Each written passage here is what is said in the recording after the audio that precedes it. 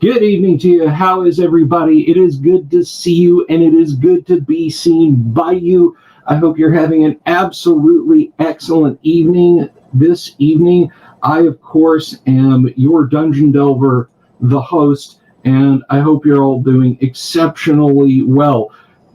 How's it going? What's new with you guys? Things are okay over here. I hope you had a swell weekend. I was kind of busy, and as you can see, things are a little different. Things have changed. I've shaken things up a little bit. So, yeah. I hope you guys are doing just fine and dandy. How's my sound coming in? Because I see it going just fine. Audio seems far away. Okay, let me see if I can adjust that a little bit. I'm working on it. I'm very echoey. Let's see. How's that? Is that better? I think that should be a lot better. I didn't realize I was actually picking up through one of the webcams, which I have plugged in. Let me see. Shouldn't be echoey now. It sounds thin. It's better, but it sounds thin. Let me see here. Like I said, I changed a few things around. I altered the bargain. Pray I alter it no further. Is that better? Clark likes the OG corner. All right, great. There we go. Okay, so, yeah, I bought this shelf. Okay, so everything that you see now, better lighting, the wide-angle lens, the new shelf, the new layout, is very is very it was all supposed to be part of a package. I was going to come back from vacation and have all of this done, but clearly that didn't happen. And I'm not crazy about all this white space over here. This just looks like a void. So I'm going to be filling that up with artwork and other things. So yeah, I moved back into the corner. And if you're OG, if you're from like 2020, like winter of 2020 onward with the show, you'll know that I actually sat not too far from where I am now. I was a little bit more in this direction, and I had a bookshelf over my head. I had a box shelf over my head. But I got to tell you, brothers and sisters, I was sick and tired of stumbling over piles of books. I was heartily sick and tired of it. I couldn't stand it anymore. So what I ended up doing was I got another flat pack shelf here, which you guys can see. I loaded it up with everything, and I was like, this is awesome because I'm going to get, let's see, 3, 6, 9, 12. I was going to get 15 linear feet, possibly 18 linear feet of storage for books and tchotchkes and cool stuff for you guys to look at while I do the streams. And let me be clear about one thing. Let me be 100% clear. The right shelf seems out of focus. My right or your right? Because I'll get to that in a second. But what you guys see here, this is not a set. It is a studio, but it's not a set. Like, I didn't pick this stuff out as set decoration. Like, look over here. You see this miniature house. This is from Miniature Building Authority. They're not sponsoring us, by the way. I'm just pointing that out. And then there's a little graveyard that you guys probably can't see. In fact, I know you can't see. That's just to the far end of it there. they were in boxes sitting up on shelves over there on that side of the room. And I was, I hated it. I hated the fact that an item that when it was new cost $100 plus. My wife got this for me as a Christmas gift one year, and I adore it. I love hearing the oohs and ahs when I set that out on a gaming table. Makes it worth the effort of hauling it around. So I was just like, I'm going to rearrange stuff. And rather like when I brought these two bookshelves in here, this bookshelf and the miniature shelf, which you guys unfortunately now cannot see, and I'm disappointed by that. I was genuinely hoping that the wide angle lens would be able to take in that much stuff. To get the miniature shelf in the shot, I'd basically have to go back to where I was, which is right over here. So the miniature shelf is out of shot, but what I've decided to do with that, let me back up a little bit. Again, nothing in here is set decoration. Everything in here is stuff that I love and I enjoy and I want to share with you guys. And I want to be able to walk over and grab a D&D book off the shelf and pull it down and look at it if I want to do that. This is not like the Brady Bunch house where, you know, the God's Eye rainbow crocheted pillow covers on the couch are the same from episode to episode, and it's literally like a landmark in the show when they change. I'm not going to do that.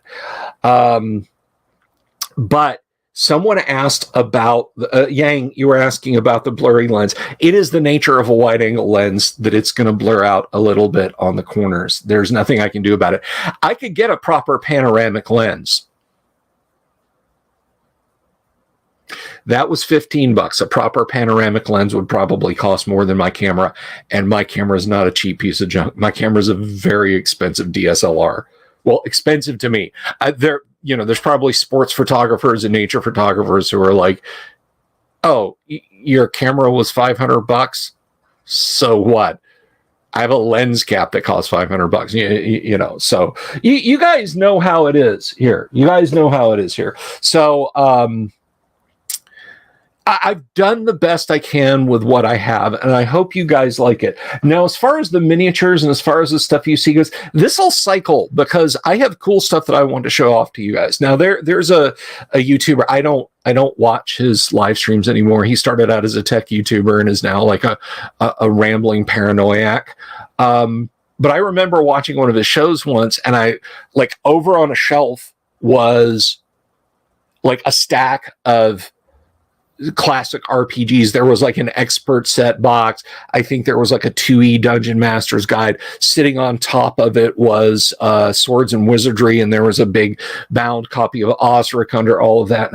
And I posted in his comments, I was like, man, that looks really cool. I didn't know you were into TTRPGs. You know, and this was like, the channel was tiny at the time. I might not have even been active on YouTube. This may have been pre-2012. But I tried to interact with the guy and I never heard back, but, and he's got a huge YouTube channel. I get it. Some YouTubers are like that. But I watched, I watched for, a little while, and I noticed he was forever churning the things. Like the next time it was like 4 Star Wars Lego boxes, and then later it was like, you know, a copy of the Illuminatus and you know, the Satanic Versa. Like it was props. Now maybe off camera he enjoys his Legos and plays role-playing games and reads Dune and the Illuminatus trilogy and the Satanic Verses and Umberto Eco and so on. Maybe that's the case of what he does, but it was literally just a prop. If you guys have any questions about this stuff, if you're like, hey, tell me about, and I'm just making an excuse to show off the signed succubus print. Darlene did for me. But if you're like, hey, tell us about that, I want to know about that, what is that, we'll talk about it unless I've got something else going on. This is not a set. Okay, it is a studio, but it is a working hobby room that I happen to record in. Do I have studio lights? Absolutely. Do I have a camera on an articulated monopod? You know it. I've got a new mic boom coming in, so my mic will stand up and I can lean it closer to me.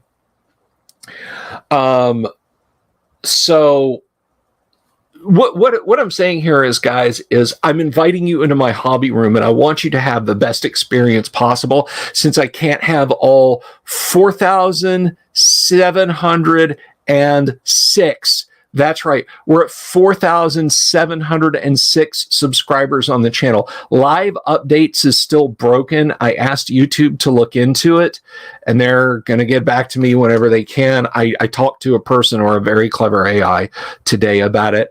But we're at 4,706, and that is pretty phenomenal. Guys, thank you so much. So if you're coming back and you're like, hey, he's back in the corner, that's cool. If you're coming back and you're like, okay, this is your studio, well, welcome just the same. And I hope you have a good time. I hope you're here to enjoy yourselves. And I recognize that, like, the audio, the audio, we'll have to play with it, because when this was full of books and I was sitting right in front of it, it was a soft baffle. Okay, you guys were probably not getting the same sound quality. Now I have a wooden door behind me. I have a concrete wall section here, and I have a soft baffle here. So the audio is going to be a little bit different. So that's right, Yang. Only about 5,200 more before we get the guac, the Great Underground Overland Gaming Convention. So yeah, this is it. And if you're one of the new folks, if you've just come along, welcome. I value what you have to say as much as anyone else. I mean, as long as you're not drive-by trolling, as long as you have a genuine desire to engage and talk about classic tabletop RPGs and that sort of thing, then that's awesome. And things like everyone, whether you're a subscribe star, a Patreon, or you've just said, I don't want to do that. Here's all of my attention, which bumps up the payouts from YouTube. This monitor stand, the coming new mic stand, the wide angle lens, some of the gaming stuff you guys see, that's all because of you. Okay. If I did this on a shoestring budget, let's just imagine that there's no monetization on the internet. If I was doing this on a shoestring budget, I probably couldn't. Okay. Not at the consistent quality. Maybe I could switch my phone on and tape it to, an old tripod or something like that. Maybe I could scrape down a few things. You guys make this happen. So the better this looks, understand it comes from you. It comes from you guys. So I was really happy to be able to better things over here. Now, I do have a complaint. There's 30 of you out there. That's not a complaint, by the way. Thank you so much. I do have a complaint I need to file with Tracy Lesh. I don't think he's here, although again, there's 30 of you, but this is not a load-bearing painting. I had like my autographed Dungeon Master screen up there and a couple of other odds and ends, and I just set them on the back edge of the wooden frame of this. And I had everything set up at, I don't know. So I started I started Saturday at noon getting my studio here in order, and I didn't stop until Sunday at about 4:15 in the morning.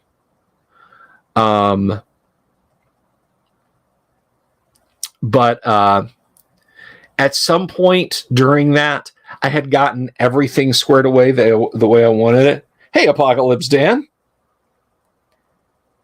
I have got you looking for your own box set of Gamma World. Clark, that's awesome. I love hearing about that. I love hearing about people who see us play old school RPGs or hear me talk about old school RPGs and then want to go out and play old school RPGs, get their own copies of it. Now, you can't, Clark, I'm going to tell you something. The only things in the Gamma World box are a set of dice, and it may not even be a full set. It might just be 2 percentile, like 2 20-side percentiles, a crayon, the Gamma World book, and a fold-out Gamma World map of North America.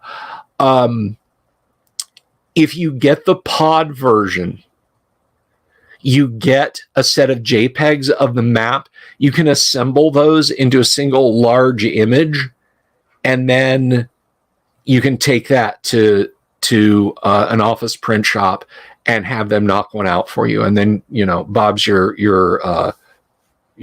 Robert is your mother's brother.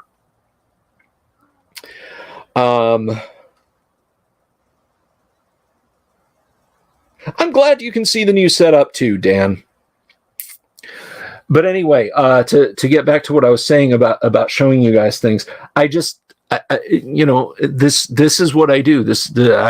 I love tabletop RPGs, and I'm glad that I'm able to share with you guys. Speaking of sharing things with you guys, I want to share this bit of information. I said this on Friday. I mentioned it on Twitter. I mentioned it on Facebook. If you missed it, I will tell you. At the $10 and up subscriber level, on I'm going to set it up on Subscribestar also, but on Patreon, if you are at the $10 or up level of backer, starting in August, you will get every month, you will get a mini module. You will get a complete Advanced Dungeons and Dragons first edition adventure in PDF form from me to use at your table. Now, the maps, I'll paint the maps out in a digital format, but I'll try and make them look old school. And it basically, you know, you'll get a short D&D adventure. So if you go in, if you're playing DCC, if you're playing OSE, if you're doing Swords and Wizardry or original Dungeons and Dragons or Moldveyor Holmes Basic, and you're like, oh crap, I've got a game tomorrow, what to do. If you're backing me at the $10 level, every month a new adventure rolls in. I do have bigger backer levels. I don't know what I'll do for those, but Soldier the One, greetings. Thank you, Sean. I like it too. Kevin Lamb, enjoyed having my last Gamma World live play on in the background while you were working. Looking forward to hearing tonight. Not very ranty, Kevin, but I can get that way. But anyway, so yeah, if you want to back the show, if you like kind of the cool things that you see and you're like, I would like Bill to be able to do more cool things, you can support us on Patreon for as little as $1 a month. Like if you're just like, I just want to support your show a little bit, you can do that. You can do 1, 5, 10. I think I've got 25, 50, and 75 also, but I can't remember if I've turned them on. And then there's Subscribe Star. You can do that, or you can just buy me a coffee one time. And of course, you can always super chat. You can throw a little bit into the tin can that I set out as I busk for you guys, and that's always greatly appreciated. So, speaking of stuff, I'll tell you guys a little bit of a horror story, a technical horror story. These old school modules are easy to convert. Yeah. That's absolutely correct, Dan.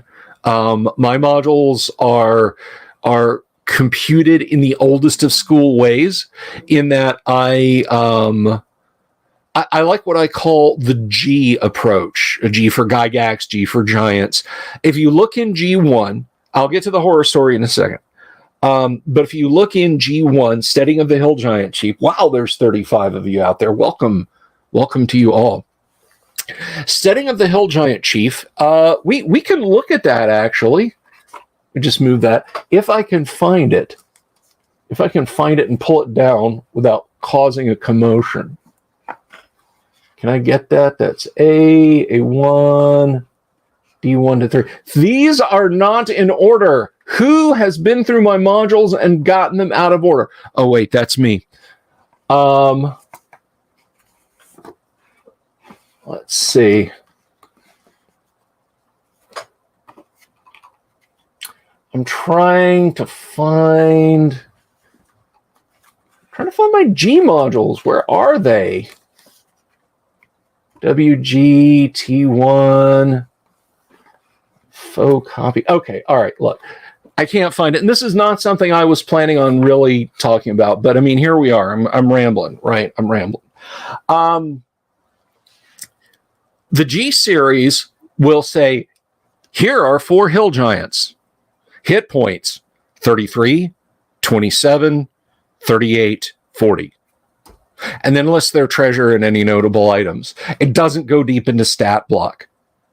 How easy is that for you to convert if you're playing DCC, if you're playing Swords and Wizardry, if you're playing Holmes or Moldvay or Osric or whatever? How easy is that to convert? Incredibly easy. In fact, you don't have to do anything. Now, you Moldvay basic players, you might have to tussle with the fact that in that mix, because I'm not starting with like a first level adventure in August and a second, first through third in August, and then a fourth through whatever takes my fancy is what the first adventure may be for levels 10 to 15. You don't know. So you BECEMIMOUSE players, you may have to cope with the fact that I have devils and demons, possibly even psionics, in those modules. So you're going to get it. I'll make sure it has a very old school flavor layout for you, and it'll be easy for you to kind of manage. Gumby says, what is to the right of Hero Quest? Okay, so what is in this stack is I have this. I don't know where this came from, because I have a print on demand copy. I think this just came in a lot. One of the 3 or 4 lots that I've gotten lately, but this is the original Gamma World rule book. It's in black and white. That's one nice thing about the pod is you get the box cover art in its glorious, lurid shades of red and purple, and other shades by Dave Trampier, which I love. So there's that. There is this most excellent volume of What's New with Phil and Dixie. Remember when this came out, guys? Did you rush down to the comic or hobby shop back when you were a kid and pester your mom and dad, and they're like flipping through it and seeing the sex in D&D? I don't think so, son. And you had to save up you had to not go to the arcade and play Pac-Man for a couple of weeks to be able to buy this. I sure do. And this one, I am so happy that I got this in such great condition. It still has the bookmark ribbon, which is always a lot of fun. So we have a Star Frontiers box set. This is my Star Frontiers box set from when I was a kid. And then I have the Into the Borderlands, Expedition to the Barrier Peaks, and Temple of Elemental Evil modules from Goodman Games. So that's what's there. And here, of course, is Hero Quest. And then down on the next shelf, I wasn't sure how far down you guys would be able to see. It was kind of a shot in the dark. But on the shelf underneath it, I finally have all my BattleTech stuff. I didn't realize I still had this much BattleTech garbage, but I do. I have just a slew of BattleTech stuff here. Multiple copies of the old cardboard maps from the various sets. I have paper maps. I have probably the best BattleTech product ever released, just in my humble opinion. The Solaris 7, the Game World box set. I have one set of technical blueprints. I've got all of my Call of Cthulhu stuff. I've got a little bit of AD&D down here. Like I've got the 2E Return to the Tomb of Horrors, which I purchased loose. Not the box. It wasn't the whole box set. I couldn't find that for a good price, but somebody had it loose, and it came with the knockoff. Is basically a facsimile of the pastel Tomb of Horrors. I wanted it just for that. I won it on an auction for like $50, and that was worth the price of admission. And so I got it. I carefully removed the illustrations because the original module came with an illustrations book and a module. So I carefully removed the illustration pages. I have a large format stapler, and then I made it proper, so which destroyed its value as the 2E product, but I don't care. Gen X Geek says, BattleTech garbage? What the hell? AD&D garbage, Hero Quest garbage, Space Hulk garbage, okay? Dwarven Forge garbage. It's just a term. Be calm. Pined and prayed and wished for a Trampy Wormy compilation. Maybe one will turn up someday. Hey, Jack Photon, if you're watching, maybe Wormy. Maybe for Guac 3, absolutely. Or I don't have the old Battle Droids box set. I came so close to buying that out of Starlog magazine when I was 14 years old. $15 back then was a princely sum. And I remember talking to my dad about it because I had to send away for it. I had the money from allowances, but I had to send away for it. And I asked my pop, I said, do you think this is a good idea? And Dad said at the time, I think probably what you would get with that, son, is, like a bunch of pasteboard pieces that'll tear easily and get lost easily. I don't think it's... The original Battle Droids box set came with metal miniatures that you actually took the parts off of as parts were blown away. And it's worth a freaking mint. So no, I don't have one. I found that out years later. You need Cyborg Commando. I had a Cyborg Commando box set. I've had 2 Cyborg Commando box sets, and I've sold them both. Because Gary, I love you to pieces, but those things stunk on ice. Whew. But down where you guys can't see, the bottommost shelves. And we now come to another, this is where I go full, I blanked on the actor's name. He was in The Music Man. You guys know who I'm talking about. But this is where I go full court press. The bottommost shelf of here, I would like to have. I would like to be able to put Dwarven Forge pieces on it and occasionally rotate them up for you guys to see, kind of like you can see the above ground terrain over here. I can't, because the bottommost shelf of this and like 1 1/3 shelves down here are full of modern day role-playing games that I neither need nor want nor will ever play or desire to play. And I've got a bunch more in another tote over there too. Robert Preston, thank you, Pocket Jacks. Thank you, Pocket Jacks. Robert Preston. And in the last Starfighter Centauri. Oh, there's our 6 degrees of Kevin Bacon. I mean, it's Kevin Bacon, has nothing to do with it. But Robert Preston was Centauri in the last Starfighter. At the same time that Battle Droids was released by FASA, they got the license to release a last Starfighter pocket game. So there you go. We were just talking about FASA, so it links back together. I do not have Warhammer Quest, Anakin. I don't. Last Starfighter is amazing. I love it.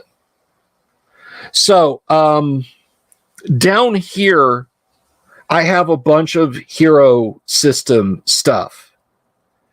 I have the 20th anniversary Mage the Ascension, Werewolf the Apocalypse, and Vampire the Masquerade. I have hero system 4th and 5th. I have Chicago by Night. Basically, I've got 3 linear feet and then another tote full of modern new RPG stuff I don't want. I don't want it. Now, that might be a problem.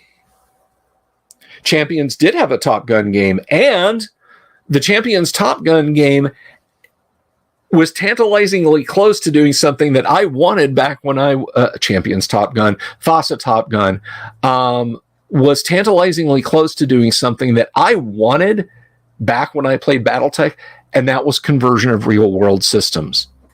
So like a Sidewinder did 3 points of Battletech damage, a Sparrow did 4 points, the cannon, the Vulcan cannon in American fighters was like 2 points, is basically like a machine gun. But anyway, to go back to what I was saying, YouTube is basically turning on a live eBay kind of feature. It's a YouTube marketplace. It would be like a live flea market. Is that something you guys would be interested in? Would now look, I'm going to tell you right now, if you're like, oh boy, I can't wait to get one of those players' handbooks. I wonder if he's got a spare Dungeon Master's guide. I'm not going to part with any classic D&D stuff, but I know there are a lot of you guys who like things other than Dungeons and Dragons and new games. Vampire, hero system, whatever sitting over in that box. So dibs on the white box. Well, Kevin, I think if you try and move more than $5,000 through electronically, you get flagged by whatever system you're using. So you'd have to come to the house and put the cash in my hand for that. But I kid. But anyway, it would be a lot of modern stuff. Things you could go to your FLGS and buy. But it would help me out. And I'm not going to make it like a regular part of the live streams. I haven't even investigated it yet, guys. I haven't even decided what, when, where, and how I'm going to approach it. but I am going to do it if it's going to be fulfilling and if YouTube's going to make it worth my time and my money. I was just kidding, Kabuki. You sent more than 5,000? Show me. You know, I'm just curious to see it work. Just show me. I want to see if it gets fly. Hey, I got to try. So that's something that I'm thinking of doing. I've talked about rotating stuff around. One thing that I did this weekend is I very much got my my table cleaned off. There was a snowdrift of various and assorted garbage up there. I'm embarrassed by what a mess my game table was. And it's cleaned up now. Now, I have been threatening for weeks that I was going to return to using Dwarven Forge in certain, not every night, but in certain scenarios for the live stream AD&D game. I can now do that because my table isn't a disgusting mess anymore. So I'm happy to announce the return of miniatures and Dwarven Forge being out on the table, and I hope you guys will enjoy that. I just failed my charisma. Yeah, my charisma is so low that when the dungeon master's like, let me roll percentile dice. 30. You got a charisma of what? 11? Yeah, she's not buying it.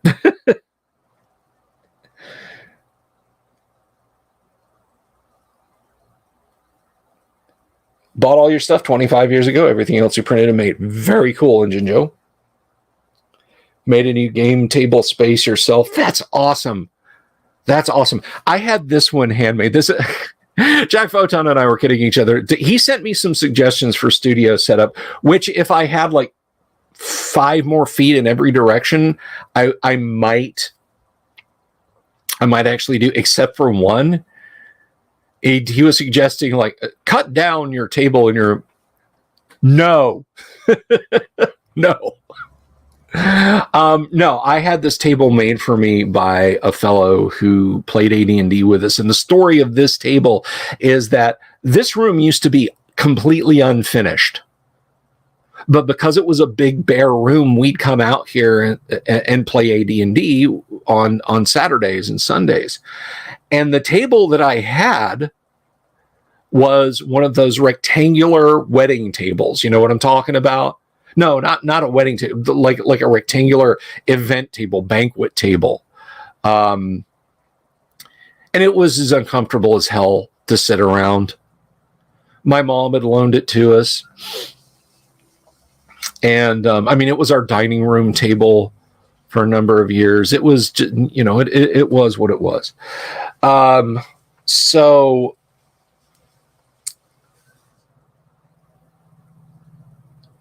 I looked online because I wanted a round table that everyone could sit around that had more space, that we weren't like crammed cheek to jowl, which we kind of ended up being anyway. And like Lowe's and Home Depot sell event tables like that, like the round ones, like proper banquet tables. But sweet Jeebus were they expensive. They're like $200. And this is back like 15 years ago, 15, 16, 17 years ago. And I was like, well, I guess I'll have to save my pennies up. And one of the guys who came with me was like, buy a couple of $30 pieces of plywood. I'll take you to Home Depot in my truck and we'll pick it up. I will make you a table. I make round event tables for SCA events. I'll make you one, whatever diamond. This thing, I wish I could show it to you guys. This thing sings, dances. It is an amazing construction. It locks together, but it unfolds into 4 pieces that I can stack flat and lay down in a vehicle if I want to take it somewhere, for example. It is an amazing, amazing table, and I absolutely adore it. So it's never going to get the axe.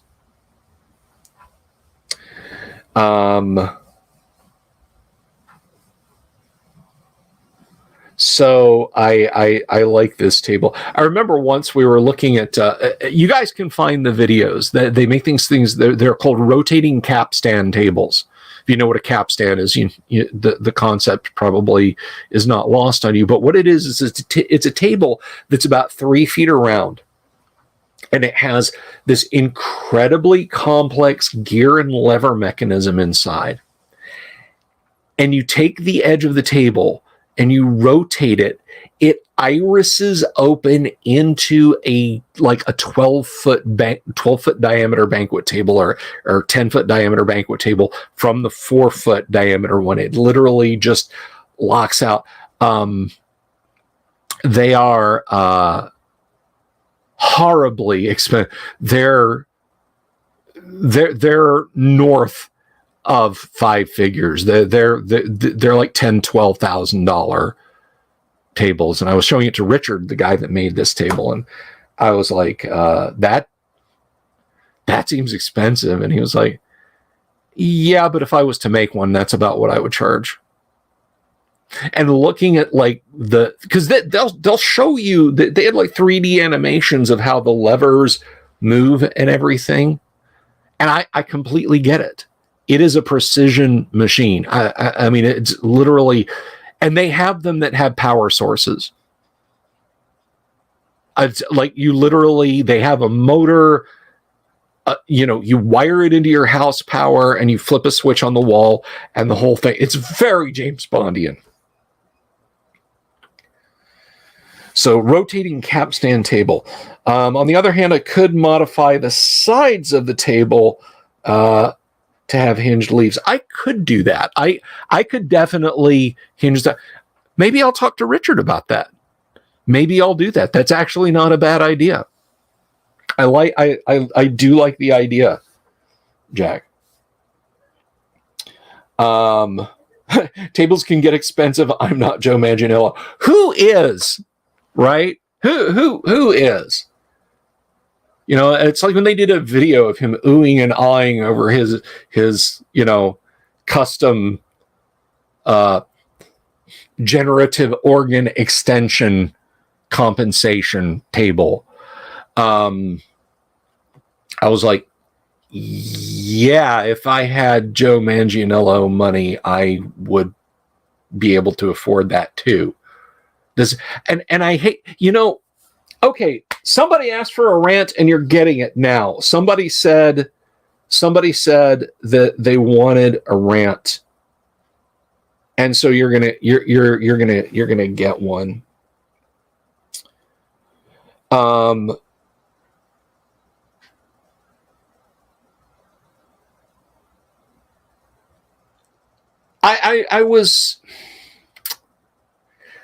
I honestly don't know why I got this notification. I have a Reddit account and I used to post to it. I don't anymore because I've said this. Derek, you could pay for this rant. I'm just kidding. I've said this before and I sincerely mean this.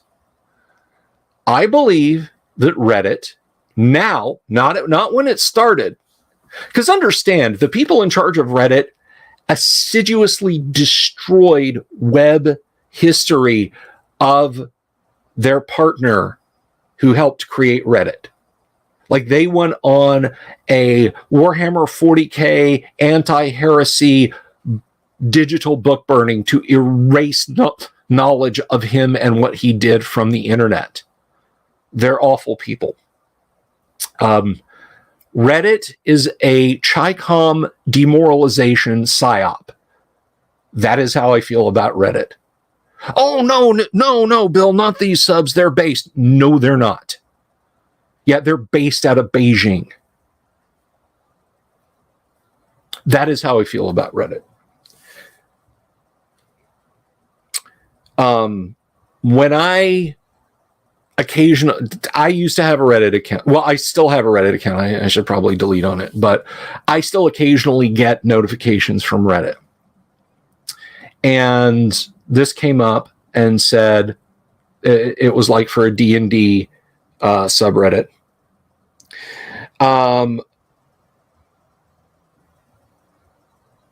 And the notification was, wow, I think we just encountered some ageism. You know, it was an RPG horror story.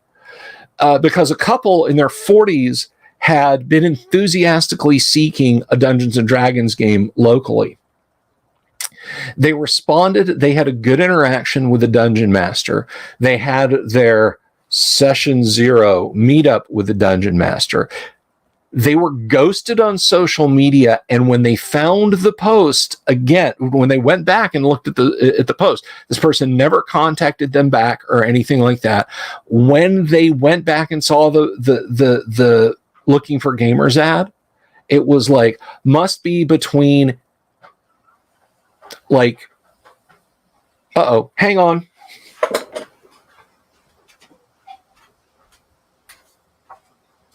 We've lost camera power.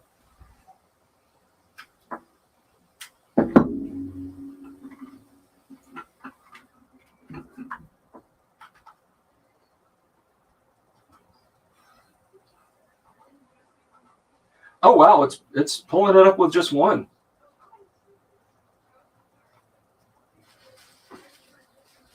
Well, we'll give them both barrels.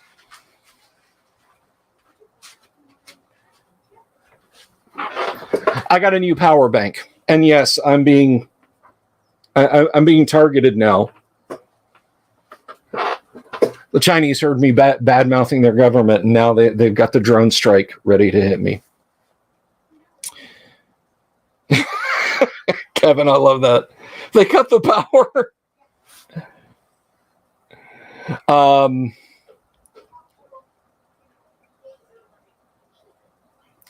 So anyway, to go back to what I was saying, Reddit rant.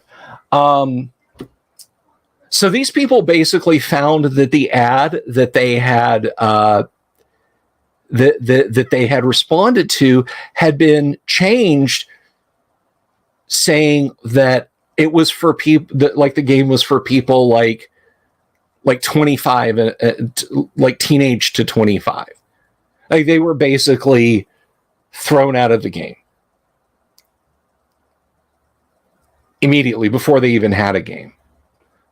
And the wife and the husband were in their mid 40s.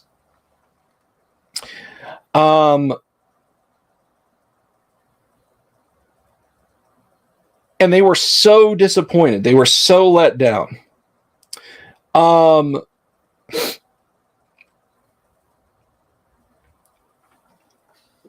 But here's the thing.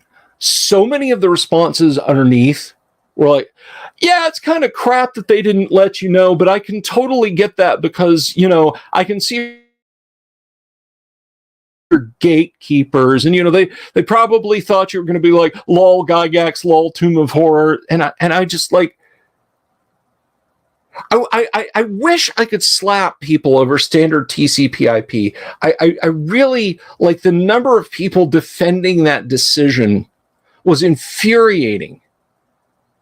And the number of people who are like, yeah, I've had bad experiences, you know, and they were probably afraid you were going to gatekeep because you were new game. Let me tell you something. I do gatekeep. Do you know what my gate is? Do you know? Do you want to know the big, bad, impenetrable, you know, the field of Morannon, the black gate? You can't get into my Mordor gate is? Do you want to know what it is? I'll tell you what it is. Brace yourselves. You know, if you need your emotional support body pillow, wrap your arms around it. Send the kids out of the room if you're worried this might be a little too intense for them. Here is my gate. You ready? Okay, I've given you ample warning. Do you want to play Dungeons and Dragons? Do you want to play classic Dungeons and Dragons? Yes? Awesome. Then come to the table ready to play classic Dungeons and Dragons. Congratulations, you just got through the gate. Leave all your baggage at the door. We're not here to model real world situations. We're not here to resolve social issues. We're here to play classic Dungeons and Dragons. That's my gate that I just kept. I don't care if you show up with a pencil and a receipt, that the back of which you'll use to write down your character information and map on. Like, I got this CVS receipt. I can do my character in the first 3 feet, and I can map and take game notes in the last 6 feet, you know? Just get your CVS receipt.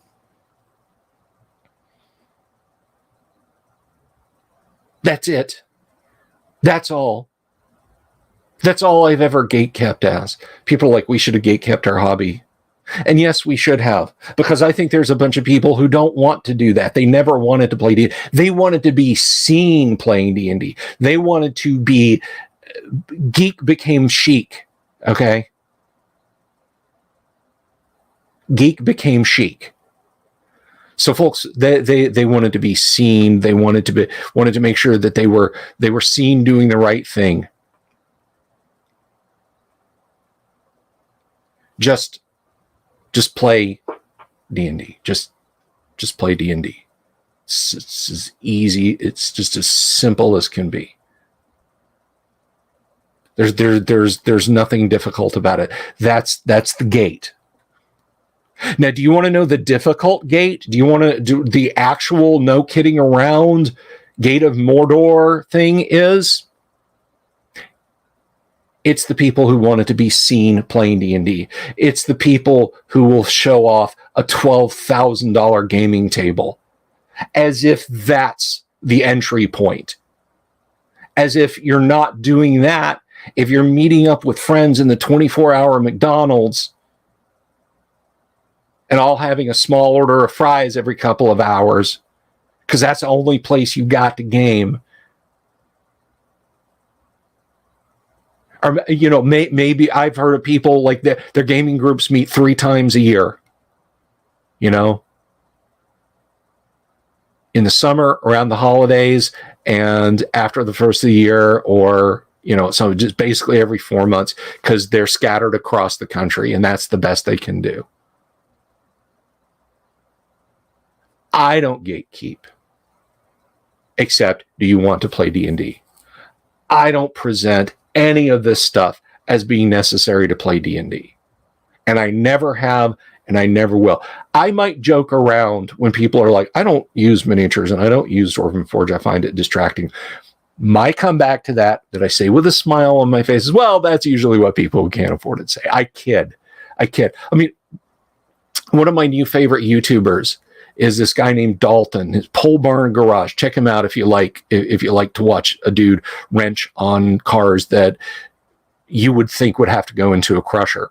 Dalton bought a Jaguar recently, like a Jaguar sedan, like an 80s Jaguar sedan. It is a clapped out piece of garbage. But the entire episode, he kids about, I have a Jag. I'm taking the Jag to the auto parts store to buy parts for this lesser vehicle, you know? And so when I talk about Dwarven Forge and minis and all the stuff that I have, that's what I mean. Okay?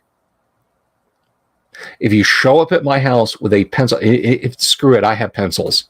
Be clothed, have bathed, be nice to my family and my house and my pets, and want to play classic D&D. You don't need a $12,000 gaming table.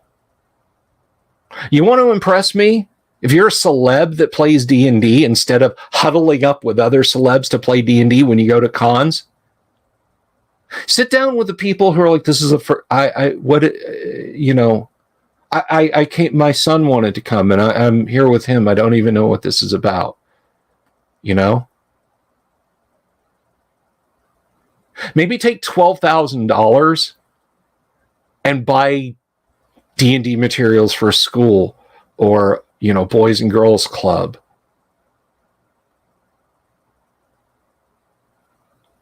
Because honestly, when you go in and you throw down and you show off your hobby room that's bigger than my house, I'm not the gatekeeper because I like old D&D. You're the gatekeeper. You're throwing up unrealistic expectations to people. And they go, man, I guess if that's what you need to play D&D.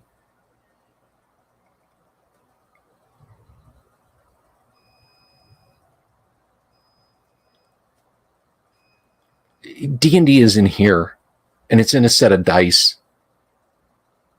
And yeah, some rule books. But if you really want to play, you don't need a $12,000 gaming table with a TV embedded in it. I mean, by all means, all right, if you've arrived at a point in your life where you can enjoy luxury, I mean, if I won the lottery this week, the Powerball, there would probably be a week of inactivity, and then my studio would be suspiciously larger and better appointed.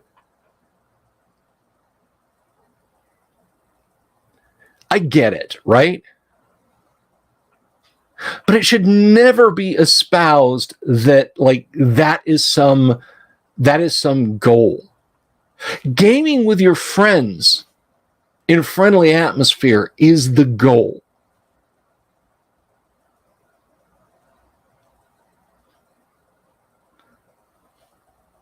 That's my rant. I don't gatekeep. That's gatekeeping. You got to have this stack of 5 ebooks to run a good D&D campaign. That's gatekeeping. How about just showing with some dice and a real love to play Dungeons and Dragons and understand the rules and embrace those rules? So there's your rant. I hope it was a good rant. Cal asked, "Do I have a cat?" I have a dog. I have a Labrador Retriever. I have a 14. No, I guess this fall it'll be 13 or 14-year-old Labrador Retriever. I love him to pieces. He's my boy. My wife and both of my daughters each have a cat. Lexi is my co-producer. She sometimes comes out here and sits in her chair. No, you've seen my wife's cat. That's not my cat. My oldest daughter's cat is, it looks like she has eaten a comically large football. She's a bit on the tubby side. She's a lot on the tubby side. And my youngest daughter's cat, Scout, hates me unless I go into my daughter's room. Well, I shouldn't say she hates me. She just avoids me. She sees me coming and she'll just look up at me slowly and then mince away as quickly as she can. But if I go in my younger daughter's room and sit down on my younger daughter's bed or in her chair, I'm her boy.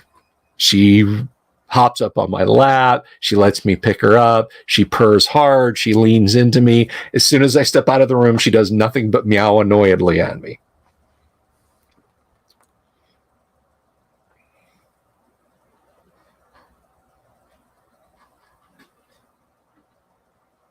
Hail, Michael Connor, unbreaded.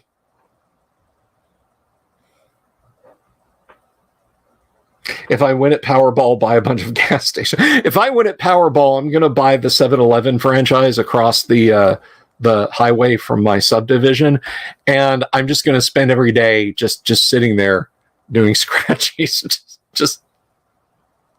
Except I'm not sure how the rules work. I don't know, like if you own the place, if you're exempt from being able to win. Yeah, let me get a Futurama, a Monopoly, a True Grit. Yeah, we're out of those. Okay, well, let me get a Miami Beach. Let me get an NFL, and let me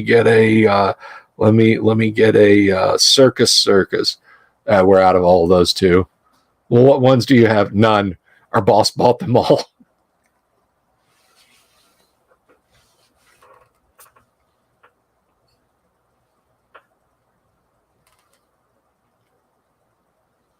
Like the new, I can't read that, Michael. Like the new what?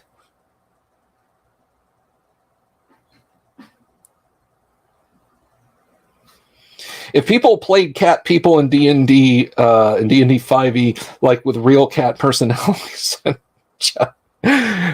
Bob, what are you doing this round? I'm gonna lick my asshole. Well, I'm sorry. What? I'm gonna lick my butthole. Okay, Jane. What about you? Okay. So the king is offering us the mission. Yes, he is seeing his daughter. Arlana has gone missing. I climb up on his lap and put my butt in his face. Okay. All right. Stan, how about you? I'm gonna show the king some deference. I'm going to walk up and throw myself at his feet and roll over and show him everything from my throat to my crotch. And then just kind of look at him and make this sort of growling sound. Okay, he's not sure what to do, so he reaches out to touch. I bite him. I dig my nails into him and I bite him.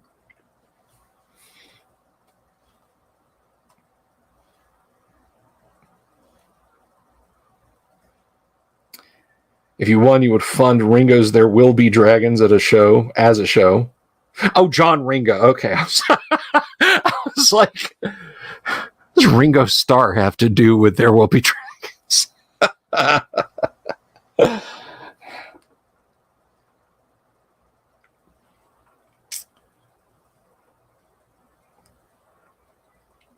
And that's what I'm talking about, Kevin. That's what I'm talking about. And again, guys, this is not. These are not props. Did I pick some of these to attract the eye? Yes. All right. I needed places to put things, but I also wanted you guys to see cool stuff. So I put cool stuff out here, you know? So if you ask me, if you're like, man, is that a CD that looks like an AD&D module? What's all that about? Yeah, I'll bring this down. And I'll say, I know I've talked about this before. I'm just using this for example. That's Bards of Greyhawk. They do the music for the show Summer Mountains. And, they got their albums look like AD&D modules. Isn't that cool? You know? Or, it doesn't even have to be something D&D. You're like, oh, hey, what's going on with that? What's going on with that shot glass? Well, I got that from, got that from a viewer. That's good viewer stuff. I tell you about getting Darlene's autograph there. All of this stuff is mutable. I may change it up. You may see different things next show, or it may stay there, forever.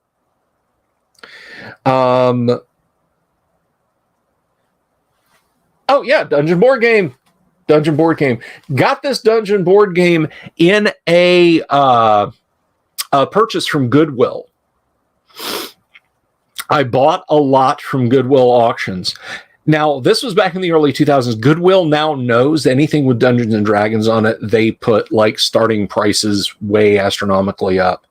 But I got that, a copy of Kingmaker. Was there something? I don't remember if there was something else, but there was also an Unexpurgated Deities and Demigods. I paid $36 for the lot. So I was pretty happy. I was pretty happy with that purchase.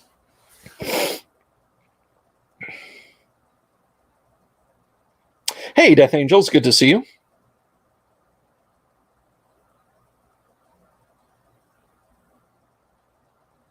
I'm sorry, Injinja, I meant online, on their online store. But yeah, I just all the stuff here is mutable. I may this is that's my Errol Otis autographed Dungeon Master screen. Just happen to have Errol's autograph on it. And I got that. That was this year, actually.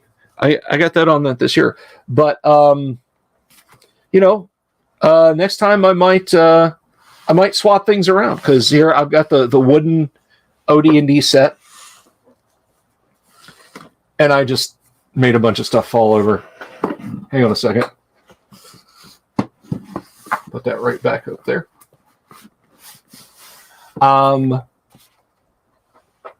You know, I might have that swapped out with something completely different. You just don't know. So is that the green room behind me? No, that is the 3D printing room. That is the outer garage right there.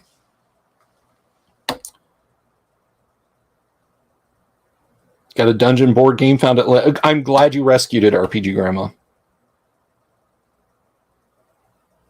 College campuses at spring break Goodwill always have D&D for cheap. I can imagine that, right? I would tend to think that there's a lot of, like,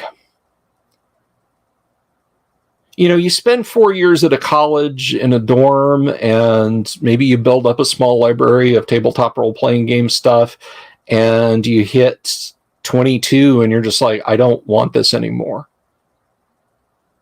I imagine there's a lot of people who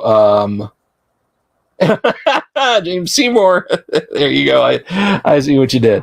God, I feel like I'm sitting in a hole over here. Okay, it's official. Looking at myself on camera over here, I pretty much have to get a drafting chair. That's maybe might not even happen this year, but I'm going to get like a drafting stool to sit on over here. I feel like I'm sitting down in a hole, and just like everything, you know, it's just going to kind of fall in on me. I don't know. But yeah, I would imagine college can't, it's like, you know, I don't want to take a car, you know, the weight of 2 car batteries. I have, you know, I have a Prius. I've got to get from Orlando back to Iowa, or from, you know, from South Carolina back to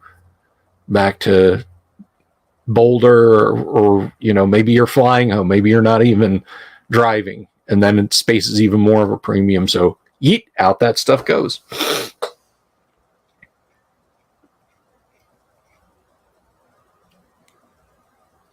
Engine Joe, you stand on most of your streams.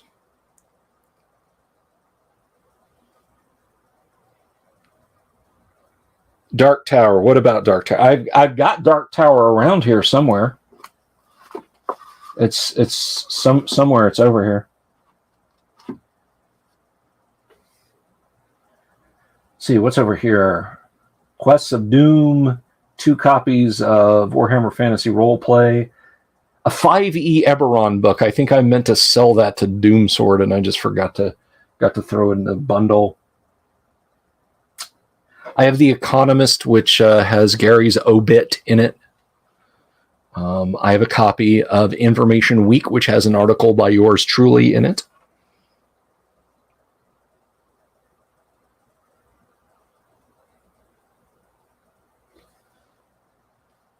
Laptops and bicycles. Oh my gosh. And this was like back at the turn of the century. I remember I had a reason to be on campus at UCF, the University of Central Florida.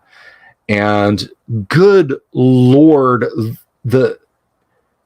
just like 2 or 3 basketball courts of bike racks full of bicycles that had been abandoned, sitting there gleaming and rusting. It's like something out of Gamma World. And you find a chain link fence, there's all these bicycles sitting there. You see Macross? Yes, I have the RPG Robotech Tactics there. Do I have somewhere around here? I have a Cyberpunk, Mecton. Got a lot of stuff here, guys. A lot of stuff here. Death Angel still waiting for your Goodman Games Dark Tower book set. Can't help you.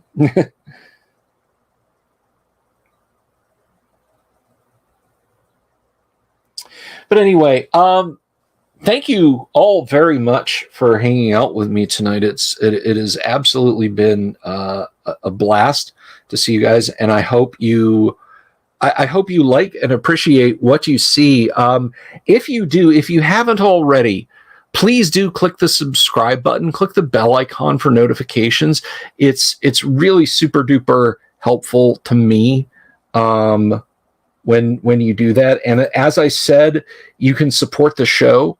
You can support the show on Subscribestar, Patreon, just what have you. If you feel compelled to do that. Do I have a favorite fantasy heartbreaker game that seems to be forgotten? No, not really. I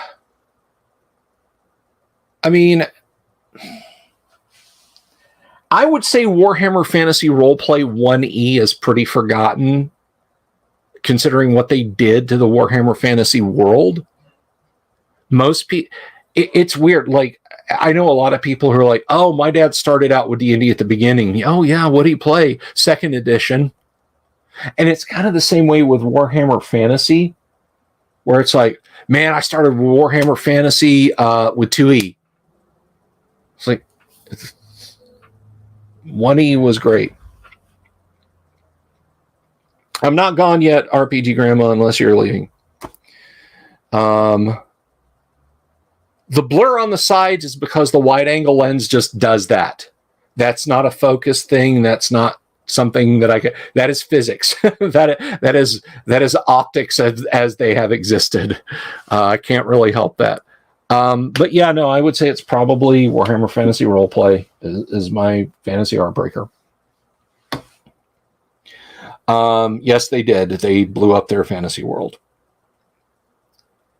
But anyway, yes, please support the channel and check out our sponsor, Hellabard Games. Hellabard makes the kind of adventures that they'd like to play, whether it's for Castles and Crusades, 5e, or the OSR. Old School is in play at the table with Hellabard Games. You can check them out on their website at hellabardgames.com or Drive Through RPG. That's Hellabard Games. Yeah,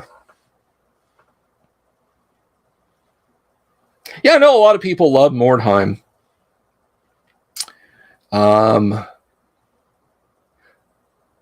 Michael, yes, they did fail to. Robotech Tactics, I think, is what cost them the Macross license entirely. Robotech license. I don't even like to look at those. I did not. This was given to me by someone who didn't want it. I don't even like to look at the minis. They're kind of ugly. They're sort of unattractive. And what's funny is some of them have markings on them that I recognize from die-cast Macross toys. It's very strange. I think the company probably took model kits to use as their prototypes for figuring out how to make the things, and then just didn't bother taking the markings off.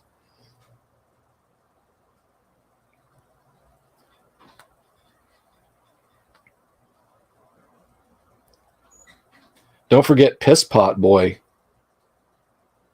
Oh, right, for Warhammer Fantasy Roleplay. Is that a foam 20-sider? So the deal with this 20-sider, back during, I guess maybe the late 90s to the mid-early 2000s, I started seeing these first with baseballs.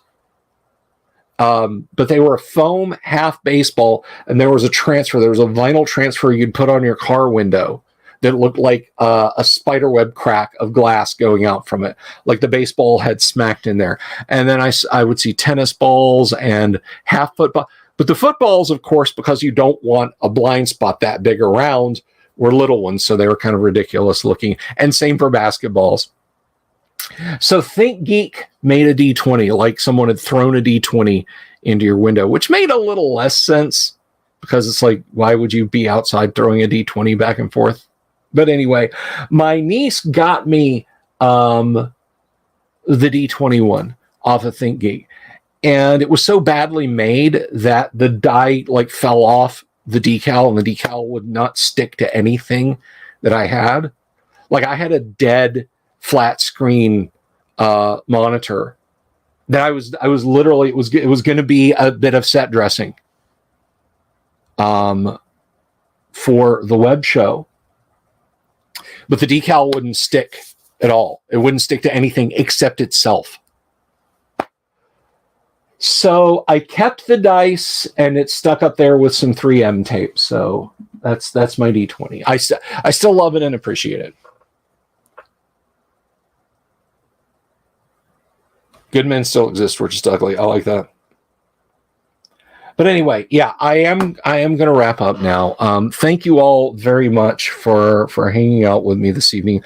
Again, you can join us over on Subscribestar. You can join us over on Patreon, and starting in August, $10 and up patrons, a free mini module every month. I'm staking that claim now. The room did rotate. Yes, it did. So anyway, be good to each other, everyone. I love you all. We'll be back tomorrow night with some first edition Advanced Dungeons and Dragons. We'll probably just jump right into that, barring any RPG news that happens to come up between now and then. I hope you guys like what you see. And thank you all for hanging out. I appreciate it. And really, seriously, peace. I love you all. Be good to each other, and keep your eyes peeled. I still haven't found my owl bear.